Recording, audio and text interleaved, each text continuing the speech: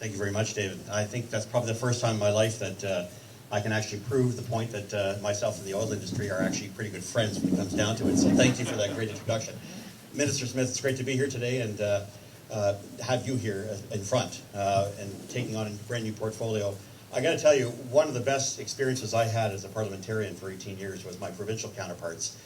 I had a tough riding. It was named Ontario riding. The reform was very strong there in 2003, but I had two very dynamic MPPs. One named Janet Ecker, who became the Minister for Social Services, your portfolio, and my good friend, who's long passed but never forgotten, Jim Flaherty. And so I had a great experience, although I was a Liberal. They understood that. I think they forgave me on occasion. But it was a great time to be a politician. We were there with veterans from the Second World War were still around, First World War even at some point.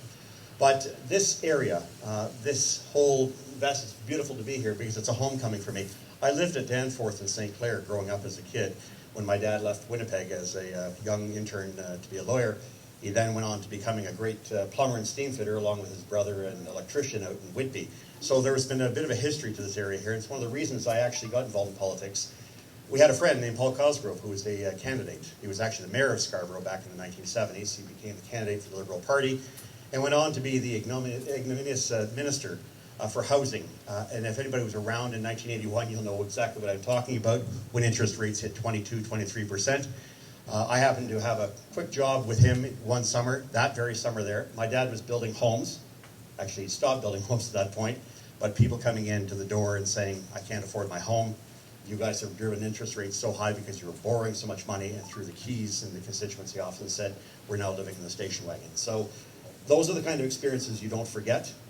But it's one that for all that I've done and all I'm going to talk about has a lot to do with resonating with how people behave, how people respond to higher prices. Now, Jocelyn, very hard person to ignore when she makes a request. It wasn't a very hard convince, and I apologize it was a little late getting back to you, but my wife had heard about you. You see, and Joe Oliver would know this, my wife, being a dentist, was really upset with the fact that she was termed a tax cheat by the current Minister of Finance. So I have to be here. I really had no choice in the matter, and she wanted to make sure I was here. Dean, it's great to see you again. And of course, Joe, I know I gave him a bit of hard time back a few years ago on the RESP bill, and I've worked with some great people in my time. Catherine Swift, I did a little bit more listening than talking back in those days, and we managed to do a lot of good work on the Competition Act. Jay, when I sat for 10 years on the Industry Committee as Vice Chair over time, learned a lot, and I hope I'm able to put some of that to good use to help people day in, day out. But I feel like you. I think for most Canadians, partisanship is not as important. I'm now very much a free person. I can think the way I want to think. I can express what I think is important. And I think that's the beauty of the years after politics. Joe, you probably agree with me on that point now. There is a certain freedom to being able to say what you want to say, and I think, Jocelyn, you alluded to that a little earlier. I am not a member of the Liberal Party. This is not the same federal Liberal Party I joined in 1978 with Paul Cosgrove. And while I don't want to be partisan, I have to point out that this is not the party that I joined, a party that was, in my view, very progressive, but also balanced. I was also a member of Parliament in a party that understood that if you wanted to get out of the financial mess we had put ourselves into, you put your best horses forward. And one of them was obviously Western Canada, our energy sector, and in particular natural gas and our oil sector. Canada got out of a debt not just by imposing on the provinces and saying, hey, we're going to download our responsibilities. I know Janet and I had many of those discussions in the past, which they agreed with, by the way, in the days of Mike Harris. We got out of it because we recognized that industries were going to be very successful if they were allowed to do what they had to do, and that we would focus on ensuring that we nurtured those industries. What I see today is very different. I see a government that's at war with not only the oil sector, but with regions of this country. In the past month or so, I've probably done 100 interviews, if I've done any, in British Columbia over this issue of the Trans Mountain Pipeline.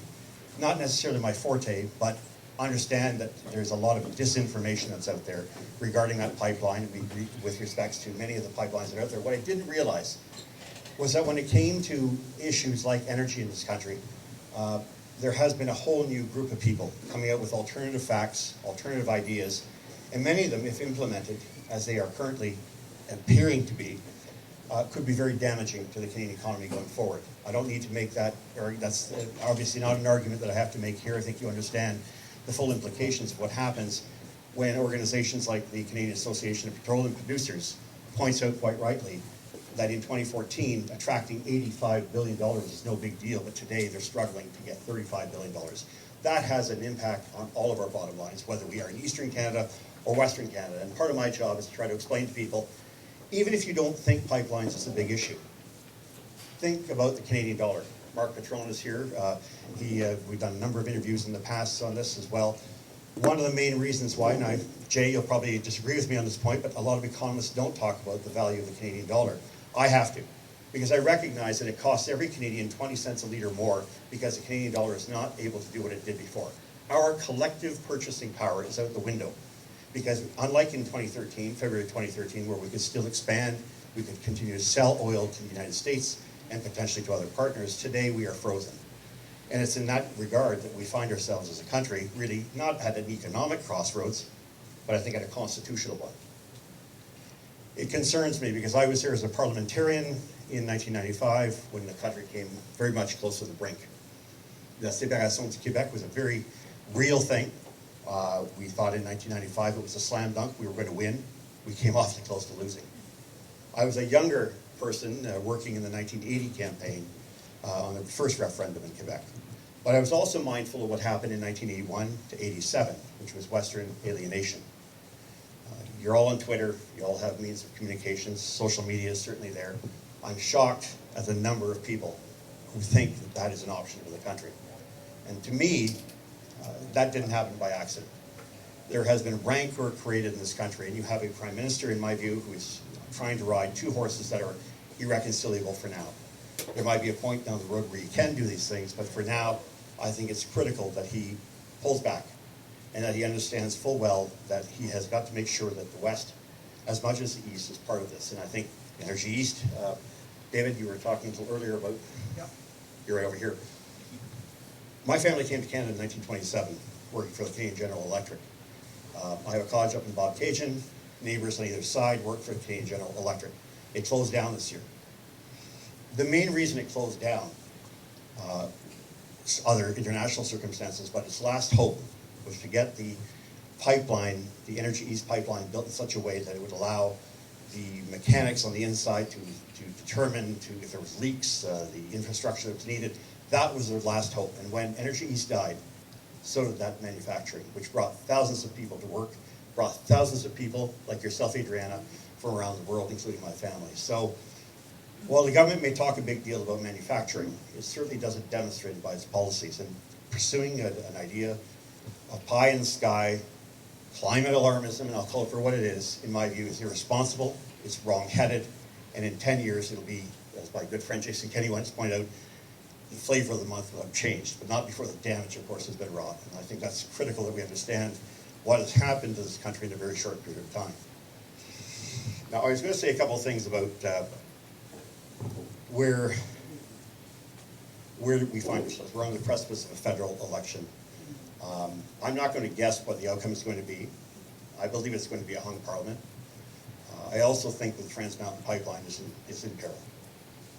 I don't think that if your government, if the government, a conservative government were to be successful, unless it's an absolute majority, I don't think I'm speaking out of terms to suggest that the other 3 or 4 parties, the bloc, what's left of the NDP, the Liberals, and of course the Green Party, should it have more seats, will in fact come together and try to pretty much defeat any initiative on the energy front. It does scare me because, of course, last week we heard from the parliamentary budget officer who said that in terms of carbon taxes, this isn't going to be simply 11 cents, 11.05 cents a litre for gasoline, 12.3 cents a litre for diesel by April 2022. It is in fact going to be much higher than that. They estimate 23 cents a litre. I have to add HST to that. I also have to recognize that by 2020, rather by 2030, we'll likely be looking at a circumstance where the amount of emissions will go much higher, and I expect that to be about $138 a ton, which means about a 29 cent a litre increase for most people. Now, if anybody doesn't think that's going to happen, great, wonderful, but I can tell you that there aren't enough electric cars out there to make up the difference. And for most people, as we've seen with the mess that the Ontario government left with respect to hydro, and the cost of energy and the debt that has been left for the next generation to pay, you ain't seen nothing yet when it comes to transportation, and that affects each and every one of your businesses here. So for the federal government to take that position while a trading partnership not doing anything like that, in my view, is wrong-headed, it's irresponsible. And I can tell you that if my generation of Liberals were still in power, we're still part of that caucus, we wouldn't be talking about a carbon tax. We'd be talking instead about a much more responsible way to address pollution. What's the other thing we get? Well, if you're going to address pollution, deal with the air, deal with water contamination, deal with on-land pollution, but do not, in any sense, try to demonize carbon, the giver of life, carbon dioxide. So I think there is a real sense in this country of a divergence in policy. I have, as David quite rightly pointed out, 5 children. I find it interesting that when they're taught without reservation that CO2 is leading to climate change, and the kids are 5 to 10 to 15 years of age, I asked myself the simple question that my good friend and teacher at the University of Toronto taught me many years ago. When confronted with these types of things from scientists, ask where the theory or the law of climate change is. And until such a thing happens, scientists, and there are many of you in this room that are very much from that field, you are by nature doubters. You take risks. You do not accept things holus bolus. And so for that reason, the debate in this country, for many, is settled. To talk about it in a way that suggests that there could be other reasons for the changes that we are seeing is seen as heresy. You're labeled a denier. To me, that's not in any way the Canadian way. I think we should have a much greater debate on this. The debate has not even begun, let alone be settled. And so for that reason, our country stands at a point where I think the next election will be about a lot of things, but the federal election is also going to be about climate change and about carbon. And I, for one, am awfully happy I'm not going to be standing as a Liberal. Having said all this, of course, I had a speech. It was a written speech, but with all the commentary that has happened here, I'm honored to be here. I'm not exactly sure if I can answer all the questions you may have. I know that there are many people here who I've known for some time and who I do in fact look up to. But I also have to recognize that our country is in a really difficult position now, not just economically. Many people feel the pinch. Talk to the taxi drivers, talk to the bus drivers, talk to the nurses. Everybody is feeling that they're somehow, some way, the Canadian dream is eluding them. Somehow they are not making ends meet. And it's not just because of the tax structure in this country. It's not just because of the issues that surround us. I think it has a lot to do with how we perceive this nation. If we're going to have a nation in which people are going to be organized in such a way to demonize certain representatives and their ideas, and we're not prepared to have a proper debate, then we're going to have not only a hung parliament, we're going to have a constitutional crisis, as I mentioned earlier. When I sat on the industry committee, Jay will know this, I would often try to get our staff, no offense, I know you're going to be driving tonight, out of the room, because there were things that had to be addressed on the manufacturing side. And what we agreed to do was to kick out all of our staff, all of our, what they call whips, so that they couldn't report back what we were doing. And as parliamentarians, NDP, Liberal, I think Bloc was there at the time, and Conservative, we would sit down and try to hammer out a policy, and we've made some great strides at that time. Great, very good committee work. Much of it was adopted, and I won't go back into the history of this all, but great things can be achieved when people put the hyperbole and partisanship aside. We all know elections are about winning the election and getting the vote out, but when you are prepared to say that, and go as far as to say that the world is coming to an end if you vote this way, I think we've lost the narrative. I think we've lost a good number of Canadians on this subject. So I would encourage you to stay where you are. Jocelyn, you do great work. The directors, you do great work here. Don't lose hope. Collectively, we do very well in pushing back. And I think in this next election, Mr. Trudeau has a lot of reasons to be very worried, because at the same time that we are looking at a government that started off with a fairly decent balance sheet, it's in real trouble now. And I don't want to see it do what the previous Trudeau did, wind up giving us 23 and 24% interest rates and years in order to pay off that debt. So for many of us here, keep up the good work. It's an honor to be here. I hope I've been able to give a little bit of a perspective on a guy who's somewhat confused about his politics, but I can tell you this. If this were still the Liberal Party of Jean Chrétien, if this was still the party of Paul Martin, we wouldn't be having this discussion. We'd be talking about other things. We'd be talking about a manufacturing sector that is looking very, very confidently to the future. You still have the ability to do that. It's just that we do need a change in Ottawa come October.